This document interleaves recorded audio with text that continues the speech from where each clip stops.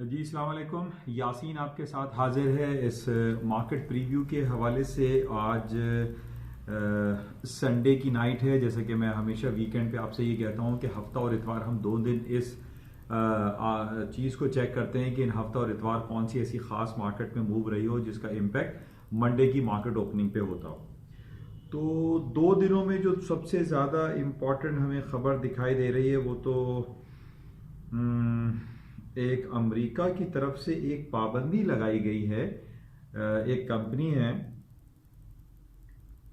Nord stream 2 जो कि एक पाइपलाइन बिछा रही है जर्मनी और रूस की तरफ से, और रशिया जो है पूरी गैस सप्लाई करेगा पूरे यूरोपियन कंट्रीज को, यानी यूरोपियन यूनियन की जितनी भी कंट्रीज हो उनको गैस सप्लाई करनी है रूस को। और वो कंपनी है नॉर्ड स्ट्रीम 2, उसके ऊपर सैंक्शंस लगा दिए अमेरिका ने, और अमेरिका की कांग्रेस ने इसको अप्रूव किया है, जो कि एक नेगेटिव अमल है। और काफ़ी अखबारात में और तमाम मीडिया में ये चीज़ काफ़ी जिक्र हो रहा है कि अमेरिका ने ये यूरोप के इंटरनल मैटर में जो है दखल अंदाजी की है। तो इस पर काफ़ी बातें हो रही हैं, और इस कंपनी को जो कि तकरीबन 11 बिलियंस ऑफ डॉलर की इन्वेस्टमेंट ये कंपनी कर रही थी, और पूरे यूरोप में जो है ये ऑयल की जो तनसीबात हैं, ऑयल की जो लाइन है, ऑयल के साथ जो गैस और ऑयल की जो तनसीबात थी उसको वो बिछा रही थी। लेकिन उस कंपनी को रोक दिया गया है, या आप ये कह लीजिए कि उसको काम करने से रोकने की कोशिश की गई है, जिसकी वजह से जर्मनी ने काफ़ी बरहमी का इजहार किया है और अमेरिका को ये कहा है कि वो यूरोप में उनकी इंटरनल पॉलिटिक्स में या उनके इंटरनल मैटर को उसमें इंटरफियर कर रहा है, जो कि बड़ा नेगेटिव है। और इसकी वजह से थोड़ा सा ऑयल एंड गैस की मार्केटों में तेज़ी हो सकती है। जैसे कि मैंने आपको काफ़ी दिनों से मैं ये बयान कर रहा हूँ कि अमेरिका की जिस तरीके से मार्केटें हाई पे हाई बनाती चली जा रही हैं, और ऑल टाइम हिस्ट्री हाई पे स्टॉक मार्केटें चल रही हैं और हमेशा हमने ये देखा है कि जब भी अमेरिका की स्टॉक मार्केट या दुनिया की स्टॉक मार्केटों में तेज़ी आती है तो उसके साथ साथ ये ऑयल एंड गैस की जो कीमतें हैं उसमें इजाफा होता है। और इसी तरीके से जैसे कि जो अगर हम वेदर कंडीशन को देखें तो सर्दियों के महीनों में हमने हमेशा हमेशा ये देखा है कि अमेरिका में जो है लॉन्ग ड्राइव सीजन बहुत ज़्यादा शुरू हो जाता है। हॉलीडेज मूड में लोग होते हैं, अभी जैसे क्रिसमस और ये सारी छुट्टियाँ आने वाली हैं, उसमें भी बहुत ज़्यादा मूवमेंट हो जाती है, और उसमें पेट्रोल की जो डिमांड है उसकी यूजेज में भी इजाफा हो जाता है। तो बहरहाल ये एक खबर काफ़ी मीडिया पे दिखाई दे रही है कि जो नॉर्ड स्ट्रीम जो कंपनी है उसको पाबंदी लगाई गई है अमेरिका के कांग्रेस की तरफ से। अच्छा, ये जो अभी मार्केटें खुल जाएंगी 3 से 4 घंटे के बाद, उसमें सबसे इम्पोर्टेंट इस हफ्ते में हमारे पास ये रहेगा कि ये हफ्ता शॉर्ट वीक रहेगा, क्योंकि इसके अंदर आज यानी जो 23 दिसंबर है यानी मंडे का दिन है, इसमें मार्केट फुल चलेगी।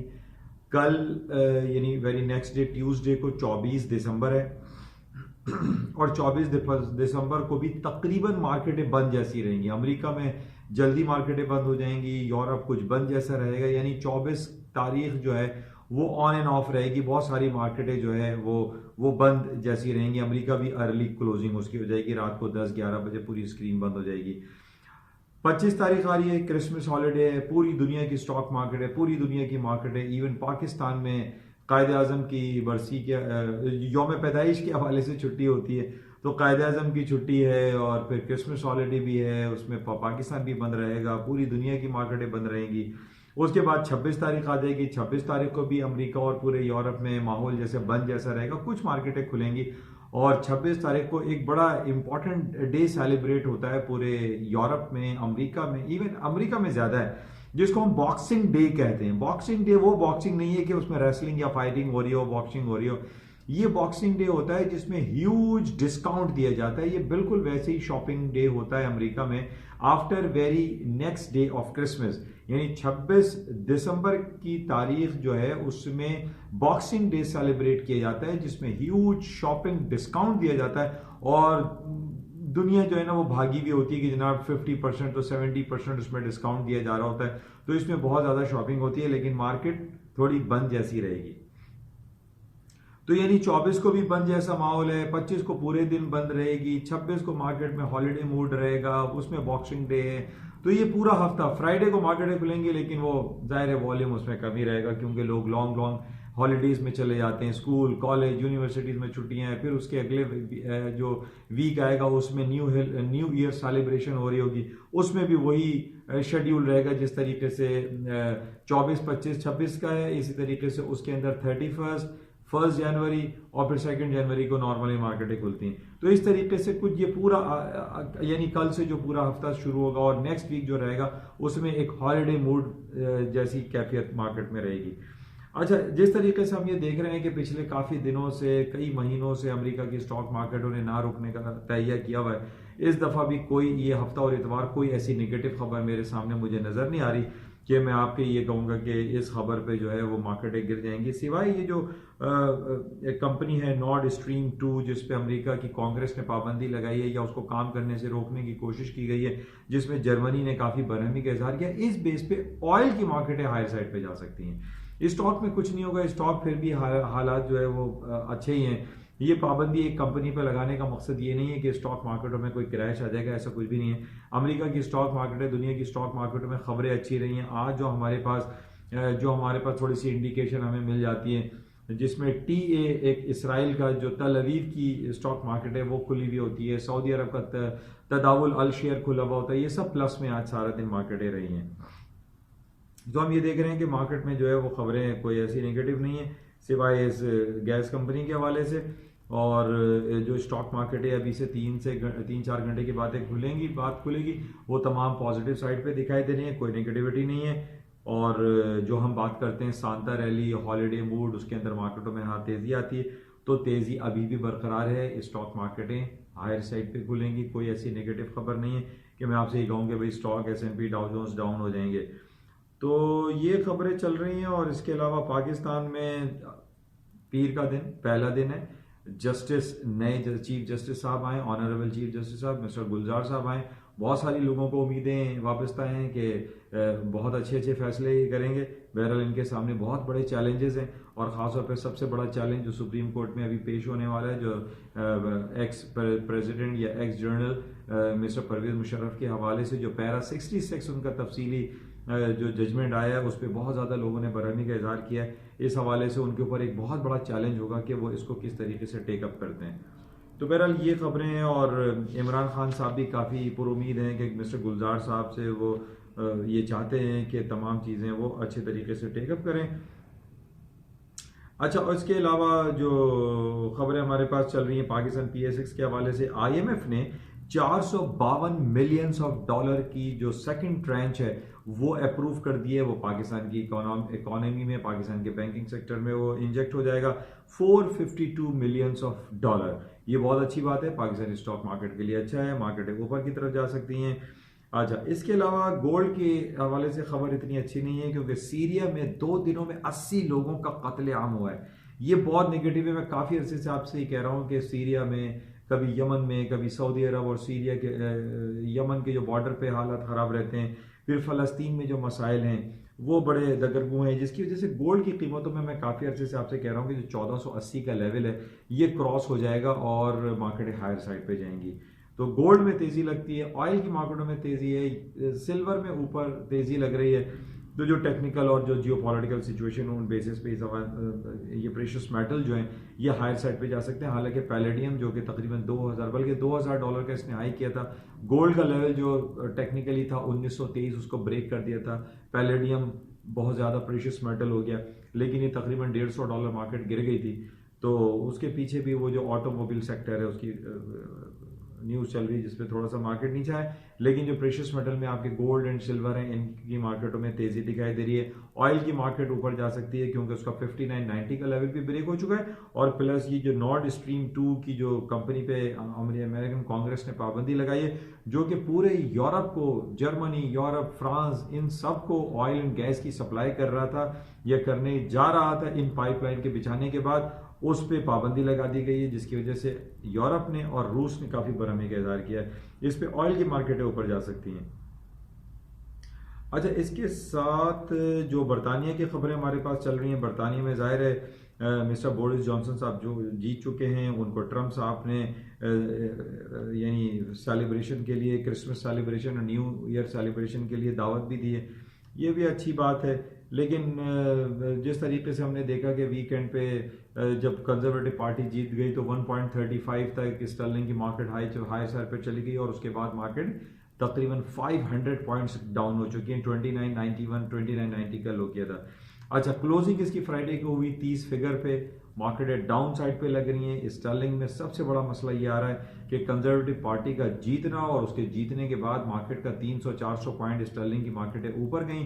1.35 का इसने हाई किया था। अब ये नहीं हो सकता कि जनाब 1.35 का लेवल जो कि मैंने आपसे कहा था बड़ा इंपॉर्टेंट क्रूशियल रेजिस्टेंस लेवल था, उसने होल्ड किया, वहां से मार्केटें नीचे आ गई और 30 फिगर पे मार्केट क्लोज हो गई है।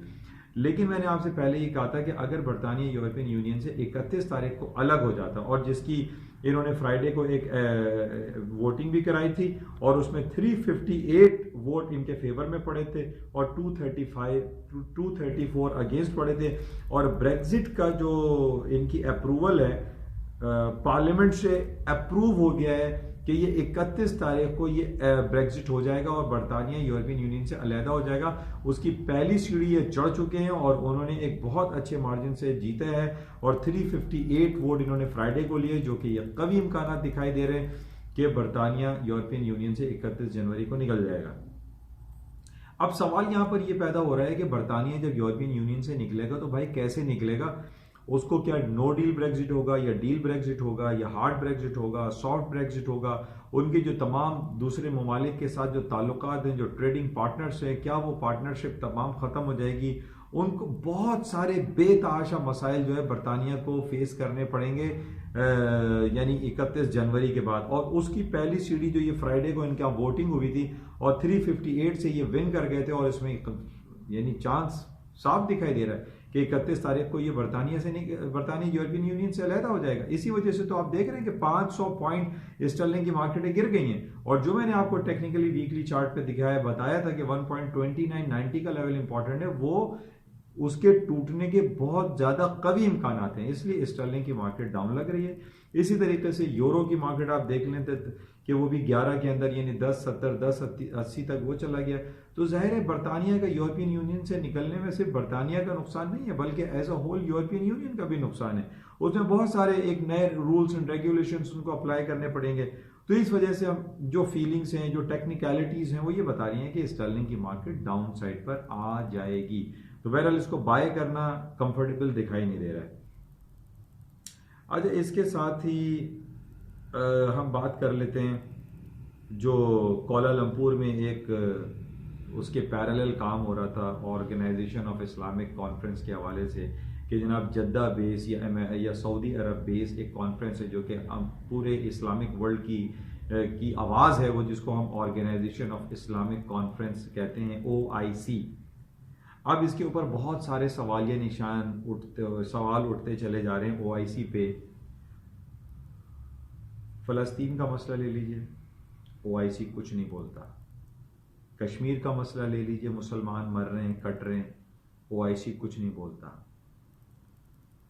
रोहिंग्या में मुसलमानों पे जुल्म ढाया गया, कोई नहीं बोल रहा। आसाम में मुसलमानों के खिलाफ काम हो रहा है, OIC नहीं बोल रहा।